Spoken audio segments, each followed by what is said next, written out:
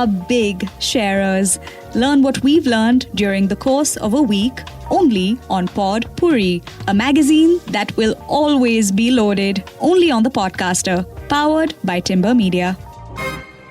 Hello, Pod Pourri, the last episode of the series for this year begins now. Welcome everybody, Ahalya here, keeping you company, and I'm going to be joined by so many of our podcasters on today's show. Very excited that we get this year-end special as part of the Podcaster Podcast Carnival thing that we've got going on. Make sure to keep an eye out for our releases, from the explainers to conversations with friends to the way we were. We're dropping episodes all through this week, and it's really just to give you a unique look back at the year of 2024. Now, Pod Pourri, to go back to its essence, right? When we first began this series, it was with the idea in mind that as podcasters working for some of the biggest names in business today, right? Whether it's HR or pharmaceuticals or technology, we've got clients from across the board. And no one conversation that we have is like the next that we're going to have, because that's just the nature of our work. And on any given day, we come across something that we didn't know the day before. Now, that's why Pod Pourri came to be, right? And while it's taken on a different avatar this past year, we're going to go back to our roots on today's episode. So the Timbre Media podcasters are going to be giving you the download of all of the crazy things that they've learned and come across, ideas, concepts, phenom, whatever it is, and also give you a little sneak peek into our lives as podcasters in 2024. We've all come across things that we didn't think we would enjoy, but actually do. And it's been an interesting learning curve for every one of us. So diving into that today, let's get started with maybe the first thing.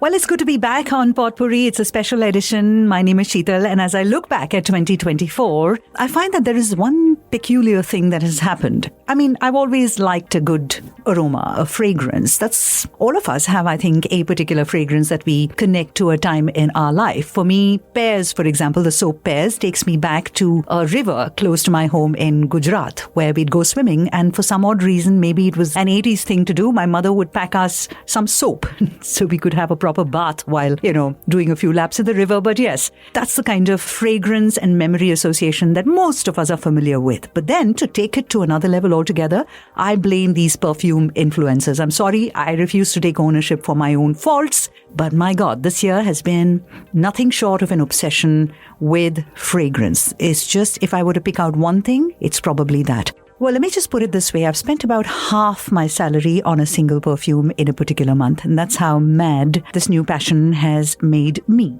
But speaking of memories, got to share another one with you. Le Labo, that's a perfume brand, and their specific fragrance called Santal 33. Some people hate it. I love it.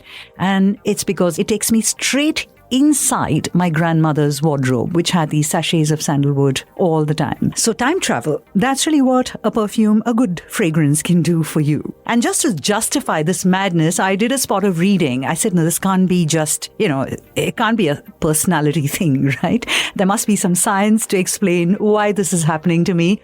So I was quite happy to read in the Harvard Gazette, please note, that smell is the only fully developed sense that a fetus has in the womb. And that's really all that I needed to know to explain away this obsession. This Harvard Gazette article that quotes a co-founder of an olfactive branding company. See, someone's making money out of it.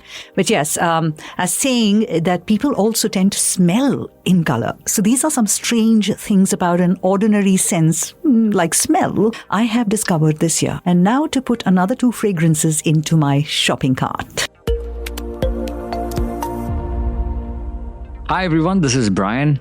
There are plenty of things that I've learned this year, and it's actually hard to pick one. So I thought I'll talk about a couple of them. Of the wacky things, I guess one would be the fact that if enough people in the world are convinced about something, a lot more will believe it without making any effort to actually verify or study. For example, on Unbelieve, Harish and I have discussed about a few topics that sort of fall under the umbrella of conspiracy theories. And among them have been a few absolutely nutty ones. Like, for example, birds are not real.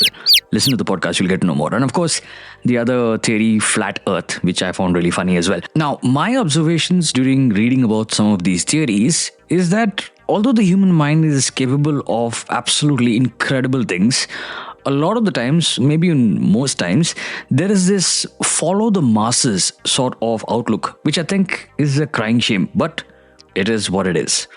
The other lessons have mainly been in tech. Now, it would take hours to cover them, but as a musician and a producer, I'm very excited about the modern day tools that I have to work with. The deeper lesson here, though, is something that I believe is applicable in any field or even in life as a broader perspective. There is always a lot to learn, and building a habit of acquiring knowledge and experience in any form will not just help with personal growth, but it's one of the best ways to kill the monotony that people seem to find in life. Make life interesting, learn, and of course, watch the podcaster. You will learn a lot. Hi Ahalya, thank you so much for inviting me on Pod Pourri. This will be my first. So when it comes to wacky, crazy, important, I don't know, wacky and crazy, important? Yes, I think so. First new age reality dawned during COVID, right? That radio can be done from the confines of home. And this year, after joining the Timbre team, I got to experience full shows conceptualized all the way to execution, sitting in the confines of different cities even. I mean, not like it was uncommon. I've done it in the past, but to do it regularly, from interacting with clients to addressing their ideas, designing shows, I think it's been a refreshing chapter in my life after having spent close to 2 decades on radio, recording in a radio studio and things like that. Now, we've also come a long way in the digital era. While we feared the medium of radio wasn't relevant anymore, these whispers have been doing the rounds for a while now. Timbre Media has actually managed to keep the radio flag flying high, offering it in a, personalized format, doing a brilliant job of it. And then, of course, in keeping with the trends, pioneering podcasts for everyone who has the vision for some excellent conversations that can change the course of business mindsets and leave a lasting brand recall. So life's been good otherwise. But some things continue to blow your mind, like this one. Fun fact, did you know the word meme, which was founded by the scientist Richard Dawkins, what its authentic meaning is? It's a unit of cultural inheritance and the analog of a gene in its cultural inheritance. I'm not going to go down into the details, but to simplify it, what it actually means is, because it doesn't just apply to genes, anything that you say, and if it sounds really interesting, it has the capacity of it becoming repeatable. And then it could become a repeatable lie because you can't stop talking about it, and then it spreads and becomes a meme. That's what a meme is. For instance, 25th of December isn't the real birth date of Jesus Christ. That's interesting, right? Maybe you want to say it again? Maybe it spreads? Go figure. Hello, I'm Neerja, and I would say the thing I've learned in 2024 is portion control in every aspect of life, not just food. We've heard all the sayings. Too much of a good thing is a bad thing. Everything in moderation. Less is more. All of that. And I finally got it this year. It's not to say that you should control how much fun you have or curb your enthusiasm in any way. I think it's about the breaks, the things you do in the absence of something fun and exciting. So let me explain this. Portion control, I'll start with the most obvious thing. Eating in moderation has given me the time and energy to play more badminton.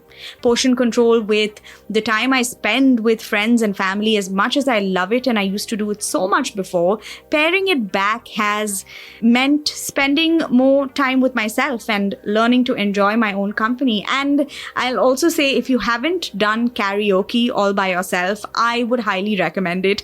It's very liberating. And even portion control with the time I allow myself to be sad about something. Yes, it's super important to feel all your feelings, but it kind of helps to assign, say, 3 or 4 hours to mope around and then get back to life. So portion control, that's really the thing I've learned to do in a big way in 2024. Well, I think my biggest learning, Ahalya, back on air, my biggest learning this year probably came in the form of the book, The Body Keeps the Score. Now, this is a book that I started reading a couple of months ago. It's a pretty thick one, and we don't read at the speed that people used to before, okay? So it has taken me a bit of time, not only because of the number of pages, but also because the ideas in this book really make you sit with them, right?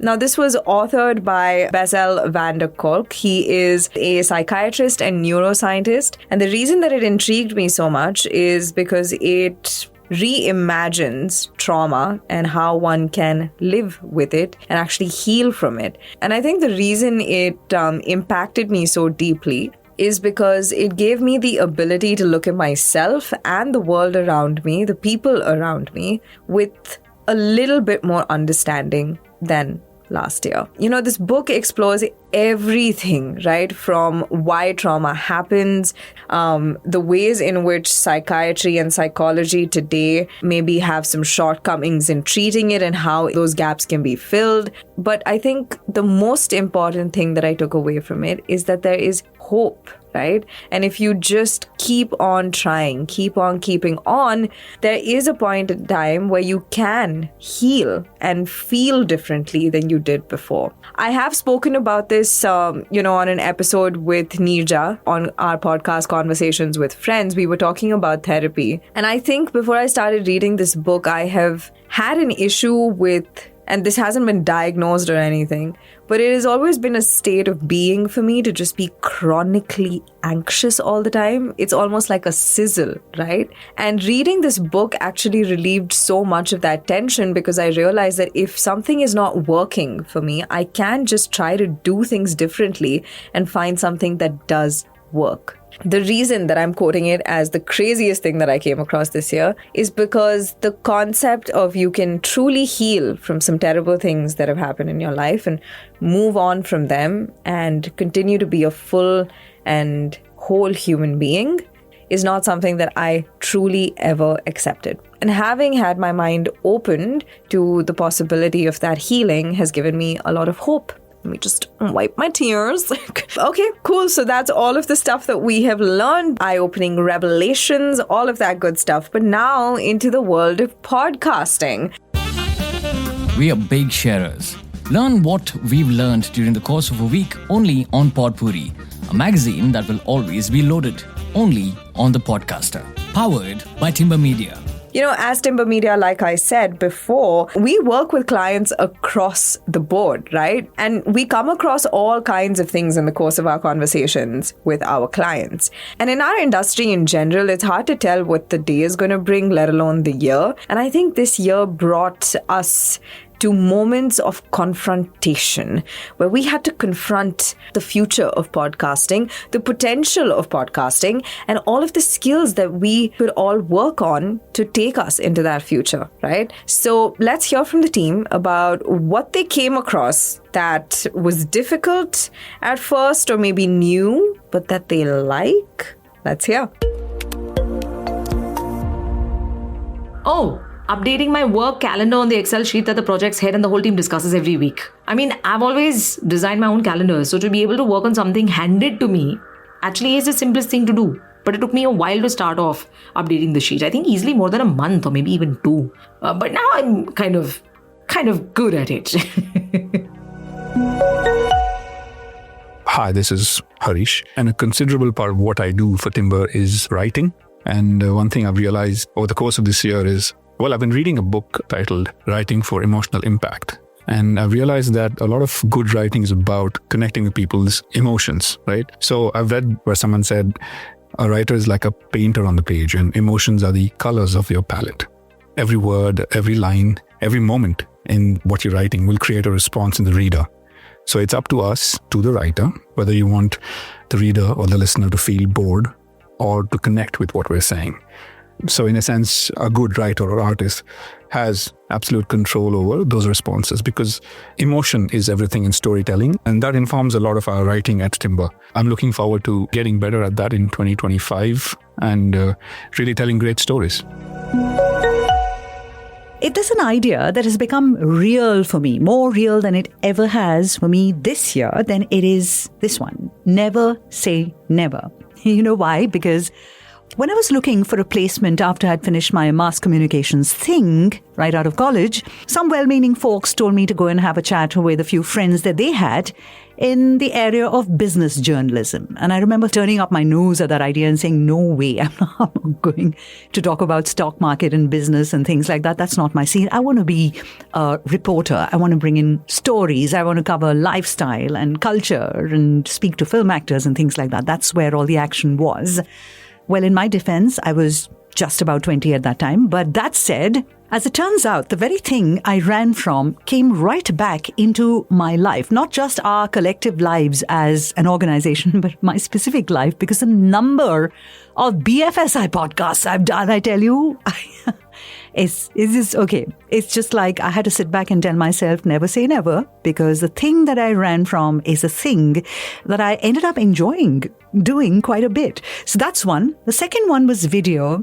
This again was a sort of a crossroad kind of a moment because we had done some time in radio, me and a few colleagues, and another colleague had gone and joined the world of television, all glamorous, all important and all of that. And he called up and told me one day, are you done with radio, shadio, etc. in his typical style? And I said, no, I'm not done with this. Video is not my thing, or TV is not my thing. Well, not that Timbre Media is making television software, not quite yet there, but we're certainly doing a lot of video. And that, again, is an example of how never say never became real for me, more real than ever before. And you know what? I like it. I'd like for this to continue to be my mantra going forward as well. Something new I've learned in this line of work that I'm quite surprised I enjoy is design. Yeah, I think I love me a bit of design work. Actually, I mean, routinely we work on video and static design, I want to say, and all of that. Most of the terminology is clearly lost on me, but I've learned a few tricks of the trade from having worked here. And I must say Canva is now an open tab. I use it to make invitations within my circle. I don't think these designs are ready to be pitched as a service to our clients in any way, but I'll get there. Right now, I'm still on the level of drawing stick figures and playing around with fonts and sending things backward and bringing them forward. I think if you're a designer, you probably understand what these things mean. But I'm confident that I am on my way to becoming someone who can confidently say that I am capable of being a good designer. There are so many steps ahead of me, but it's definitely a skill I want to improve upon. And it helps that I'm surrounded, in this organization by incredible designers. So we'll see how it goes. So, I think for me, it's going to be writing as well, but not in the same sense that Harish was talking about, because I think I still have to get there. I'm still on the first step of just getting back to it, right? Writing used to be a huge part of my life. And I like to think that it always has been, but writing for work, it's a little different because as podcasters, a lot of times we don't usually follow a script, especially when we're having conversations with people, right? I mean, we have a rough sort of idea of how the conversation is going to go, but a word for word script, that isn't something that we use on a day-to-day basis. And it's definitely not something I work on a daily basis. But, this past year, we got a lot of different opportunities to sit down with the words and create an impact through that medium, right? Not just by using voice or conversation. And I realized how much time has passed that I've actually paid attention to doing it in that way. So I think this year reintroduced me to the power of good writing. And also, given the world that we live in, the marketing lingo and all of that, I think it also introduced me to the importance of good writing. And I have been a lot more mindful. So even if it's something as basic as a social media copy, I really take the time now to sit down and do it on my own, not with ChatGPT, okay? The first draft, at least, I try to come up with on my own to see if there's genuinely a unique idea that I can bring about through, the next 150 words. And more often than not, I find myself feeling quite rewarded. I don't know. There is something rewarding about putting your mind to it and coming up with something a little bit fresh, right? So writing, for me, has been the interesting thing. I just want to end today's podcast by saying a big thank you to all of you who have listened. Now, we at Timbre Media, through the podcaster, are going to use 2025 to do new things. You know, there's going to be a bit of a refresh. It's going to be an exciting year. And I'm very, very eager to see how it all plays out, and I invite all of you for the ride. Accompany us and let's go through this journey together. But wishing all of you a very happy new year in advance. I hope 2025 is amazing to you and that you are healthy and happy. That's pretty much all I wish for. Thank you for tuning in, and yes, lots of other wishes, I know. Okay, say. Season's greetings, warmest regards, and a very happy new year from us podcasters to you. Thanks, Ahalya, for having me on Pod Pourri. Here's wishing you and all the listeners a Merry Christmas and a stunningly beautiful and absolutely successful 2025. I want to wish everybody a very happy and prosperous 2025 and beyond. Hey, hello.